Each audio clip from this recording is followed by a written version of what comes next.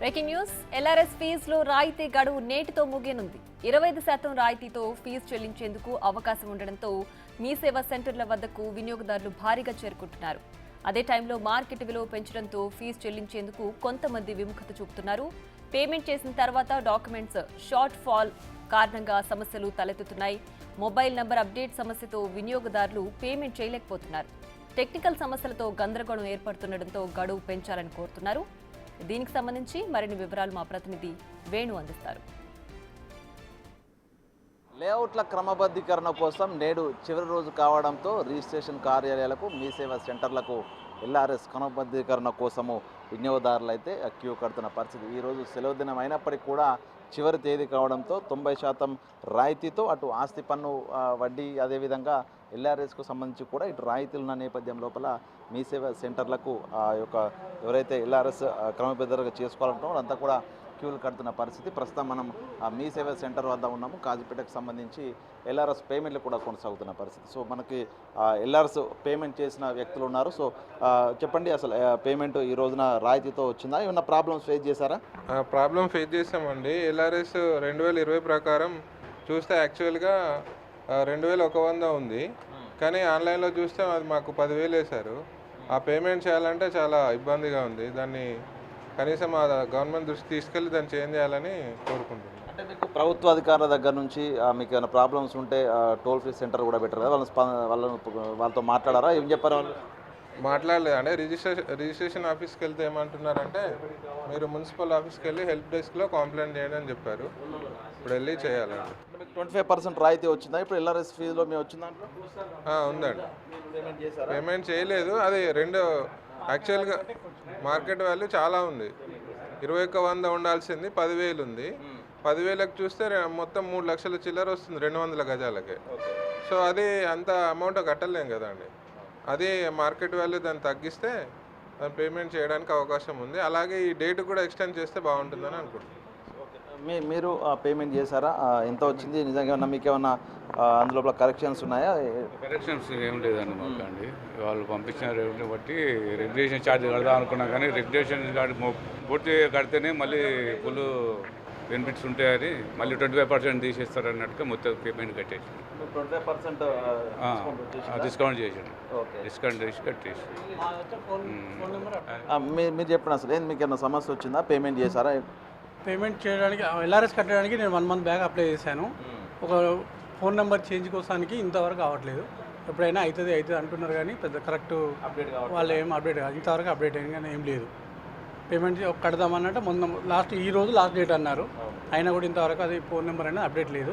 అసలు ఎంత అనేది ఏమో చూపించట్లేదు. మేము అప్లై చేసి కూడా 1 మంత్ దాటిపోయింది. ఎల్ఆర్ఎస్ అనేది లేట్ అవుతుంది ప్రాసెస్.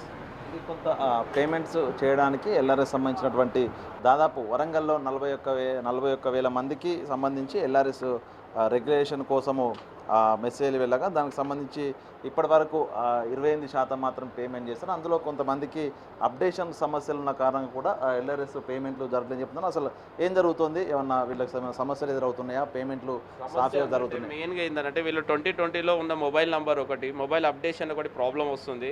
సర్వర్ కూడా బాగా ప్రాబ్లం ఉంది. ఇంకోటి మార్కెట్ వాల్యూ 2020లో ఉన్న మార్కెట్ వాల్యూ వచ్చేసి 2,100 ఉంటే ఇప్పుడు వచ్చేసి వీళ్ళకి 10,000 ఇచ్చారు. దానివల్ల వాళ్ళు కట్టలేకపోతున్నారు. దానివల్ల ప్రాబ్లం బాగా ఫేస్ చేస్తున్నారు. అందరూ మ్యాక్సిమం కొంచెం ఎక్స్టెండ్ చేస్తేనే బాగుంటుంది. రెగ్యులరైజేషన్కి ఎక్కువ మొక్క చూపుతున్నారు. అంటే ప్లాట్ ఒకవేళ బీఆర్ఎస్ ఉన్నాయనుకో, ఎల్ఆర్ఎస్ ఉంది కదా, ఎల్ఆర్ఎస్లో ఏంటంటే విత్ పర్మిషన్ కడదామనే ఆలోచన, అంటే ఇల్లు కట్టుకుందామనే ఆలోచన ఉంటేనే ఫుల్ కడుతున్నారు. లేదు అని అంటే రెగ్యులరైజేషన్ ఛార్జెస్ వరకే కడుతున్నారు. దానికి గాను అందరూ మొక్క చూపుతున్నారు, కానీ ఇంట్రెస్టే ఉన్నారు, కానీ ఎక్స్టెండ్ అయితేనే బాగుంటుంది. షార్ట్ ఫాల్ కూడా కొన్ని ఉండే కదా గతంలో ఇబ్బంది. ఒకటి పేమెంట్ అయినాక షార్ట్ ఫాల్ అని వస్తుంది. దాంతో కస్టమర్ మాతో గొడవకు దిగుతున్నారు. పేమెంట్ అయినాక వాళ్ళ క్యూఆర్ కోడ్ ఇస్తున్నాం మేము. క్యూఆర్ కోడ్ ఇవ్వగానే ఇమీడియట్ షార్ట్ ఫాల్ అని వస్తుంది. మరి పేమెంట్ ఎందుకు తీసుకుంటుంది? సిస్టమ్ ఎందుకు తీసుకుంటుంది? మీరు ఎందుకు చేస్తున్నారు? వాళ్ళు మాతో ఆర్గ్యుమెంట్ చేస్తున్నారు. షార్ట్ ఫాల్ గల డాక్యుమెంట్ ఏమైతే ఉందో లేఅవుట్ కాపీ అడుగుతున్నారు. నాన్ లేఅవుట్ ఉంటే నాన్ లేఅవుట్ పహాని పెడుతున్నాము. ఆ పహాని పెడుతున్నాం. దానికి కూడా సర్వర్ మేము అప్డేషన్ చేసినాక కస్టమర్ ఒక వారం రోజుల తర్వాత మళ్ళీ దానికి షార్ట్ ఫాల్ పోతుంది. ఒక్కోసారి ఉంటే అట్లనే ఉంటుంది, బఫర్ జోన్ అని వస్తుంది. మళ్ళీ ఈ షార్ట్ ఫాల్ డాక్యుమెంట్ ఏదైతే లింక్ డాక్యుమెంట్ కానీ అవి అరేంజ్మెంట్ ఉంటేనే అవుతుంది, లేదంటే చేస్తలేరు. దానికి కస్టమర్ మేము ఎక్స్ప్లెయిన్ చేయలేకపోతున్నాం. ఎందుకంటే ఇప్పుడు ఇది అప్లోడ్ అయినాకనే షార్ట్ ఫాల్ అని అంటుంది, పేమెంట్ అయినాక షార్ట్ ఫాల్ అంటుంది. దానివల్ల కస్టమర్తో బాగా ఇబ్బంది అవుతుంది మాకు. ఇదే మూమెంట్లో ఇదొకటిను మళ్ళీ ఇదొకటి రాజు యువ వికాస్ అని పెట్టింది. ఈ రెండు క్లబ్ అయ్యే వల్ల మాకు జర క్లమ్జీగా ఉంది, ఇబ్బందిగానే ఉంది ఇది ఎల్ఆర్ఎస్ వల్ల. అధికారులు ఏం చెప్తున్నారు, ఇట్లాంటి ప్రాబ్లమ్స్ ఉన్నాయి వాళ్ళ దృష్టిలో? అధికారులు ఏముంటాడా, అడిగి పోయినాక స్పందన సరిగా లేదు. అక్కడ పోయి వాళ్ళు లైన్లో నిలబడుతున్నారు. మొబైల్ నంబర్ అప్డేషన్ కోసం మా మిత్రునితో ఒకటి చేశాం రీసెంట్గానే, ఇప్పటివరకు అప్డేషన్ లేదు. నేనే స్వయాన మీ సేవగా నేనే వెళ్ళాను. నేనే వెళ్ళి మార్కెట్ వాల్యూకు ఇచ్చేసి వస్తే 1 వీక్ తర్వాత మార్కెట్ వాల్యూ అప్డేట్ అయింది. నాది 21,100 అప్డేట్ అయితే నేను కట్టుకోగలిగిన. రెగ్యులేషన్ ఛార్జెస్ 11,000 రూపాయలు, 266 గజాలకు నాకు 11,000 రూపాయలు నేను కట్టుకోవడం జరిగింది. మొత్తంగా ఎల్ఆర్ఎస్ సంబంధించి ఈ కీలక కొన్ని టెక్నికల్ సమస్యలు. సో షార్ట్ ఫాల్ అనేది నిజంగా ఎప్పుడు వస్తుంది? పేమెంట్ చేసినాక సక్సెస్ఫుల్ వచ్చినాకనే షార్ట్ ఫాల్ చూపెడుతుంది. అంటే సక్సెస్ అనే మెసేజ్ కూడా వస్తలేదు సార్. అది పేమెంట్ అవుతుంది. పేమెంట్ అవుతుంటే పేమెంట్ అనేది రిసిప్ట్ రావాలి. రిసిప్ట్ కూడా అక్కడ సర్వే నెంబర్ కానీ ప్లాట్ నెంబర్ కానీ ఎలా అయితే ఉంటుందో, పేమెంట్ స్లిప్ ఏ విధంగా ఉంటుందో ఆ పేమెంట్ స్లిప్ అనేది మొత్తం రావట్లేదు.